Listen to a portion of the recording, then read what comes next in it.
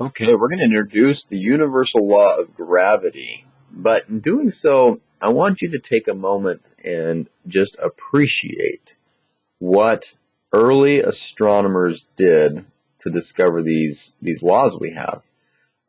Thinking about Tycho Brahe, who was able to determine the motion of all the planets around the sun without even a telescope. And the accuracy was amazing. They did some things back then that was just blows my mind in terms of detailed observations, especially given limited equipment. So I'm about to write down some theory that's, okay, we've got it, we know it, and today we could calculate it darn easy with all of our technology. But back then, they got this stuff without telescopes. I mean, they're looking at the sky, they're looking at points in the sky with their eyeballs, and they got this information for it. So I think it's amazing to think about, inspirational, that we can still do these things. We can still do amazing things and discover things. There's a lot yet to learn. So keep that in mind as we read about the universal law of gravity and these amazing things about how we've learned about how the universe is formed, how it's shaped, its cosmology, as well as its history. Okay, so to start, we need to talk about this. Okay, so that letter we've been using for a long time to indicate the acceleration of gravity. Now, by the end of this video, we're going to be very clear to say that that needs to be given some care, and it's got some restrictions on it. In particular, if we say that's equal to 9.8 meters per second squared, then that's not just g, but that's g at the surface of the Earth, due to the Earth. Okay, that's a long subscript, but that's what we mean. 9.8 is the value for the acceleration due to gravity by the Earth at the surface of the Earth. Now we're also going to be able to calculate things like this. G at the moon. Okay, well, what do I mean by that? Well, I'm going to mean that that is a gravitational acceleration by the Earth, or due to the Earth, at the location of the moon, and it is less than 9.8. It is a smaller value. Okay, and I could say G moon. Okay, now that's going to be different because that is the acceleration due to the moon at the surface of the moon. Okay, so we're going to be really careful to understand what these are. Now, it all starts with Newton's universal law of gravity, which, through very careful observations and careful analysis and thought, was able to determine that any objects with mass pull on each other proportional to the product of their masses. Meaning, if you double the mass of one, the force between them doubles. If you double the mass of the other, the force between them doubles. If you double the mass of both of them, the force quadruples. And then discovered, through some careful observations, that the force gets small pretty darn quick when you separate those objects. So if you double the distance between these objects, then the force decreases by a factor of 4. Okay. Also noticed, and this seems fairly straightforward, fairly expected, is that the force points along a line connecting the two. Okay, so what does that mean? Well, if this is M1 and this is M2, then M1 pulls on M2 directly to it, and M2 pulls on M1 directly to it. So there's this line pointing. So our hat points from the acting object to the object being acted on. So if this is the acting object, if M1 is pulling on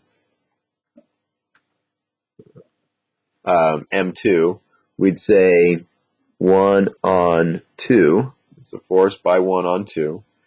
It's going to point that direction, but this is that force. This is F1 on 2. It's pointing opposite R, so we have a minus sign. That minus sign simply means it's an attractive force. Okay, gravity is always an attractive force. We're going to see in other forces like Coulomb's force, an electrostatic force, that it could be attractive or repulsive depending on the type of charge. But in gravity, we always have attractive forces between these objects. Okay, so with that, this says all the things that Newton knew. It's now a vector because we have a direction involved with it. But then after careful measurements, this is how it's proportional. We figured out the proportionality constant. And we call it G.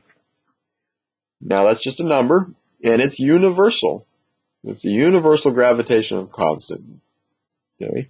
But what's really important is it's really small. This is 10 to the negative 11 in proper units. Okay? The force of gravity is teeny. So why does it seem so significant to us? And when I jump off a balcony, I'm going to fall pretty fast and hit the ground. That's going to hurt. It means a lot to me. Okay, so why is this force so small? Why is this force so small? Well, when I'm talking about my mass, I'm roughly 100 kilograms. But when we're talking about the mass of the Earth, guess what?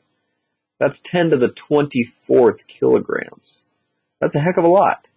So even though I'm pretty small, the Earth's mass totally washes out this small value. And even though the radius of the Earth is big, it's only 10 to the 8th. And so it's not big enough to dominate sorry, 10 to the 6th. I may have that backward now. It's small, I'll just say that. It's not enough to dominate this 10 to the 24th. So this force is significant. I get a fairly significant force. Okay, so gravity's force is inherently really small.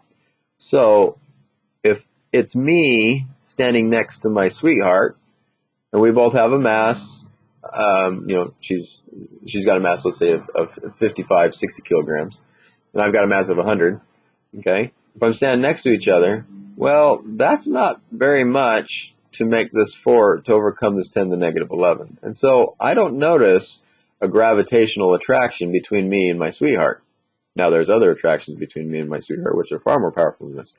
But this gravitational force is not significant. Now, if I see two rocks sitting on a frictionless surface, will they be pulled together? Technically, they could if there truly were no other forces, but it would take forever for them to move because the acceleration would be crazy small. Okay, so the thing with all that discussion, even with my humor, is that this force is between any two objects with mass.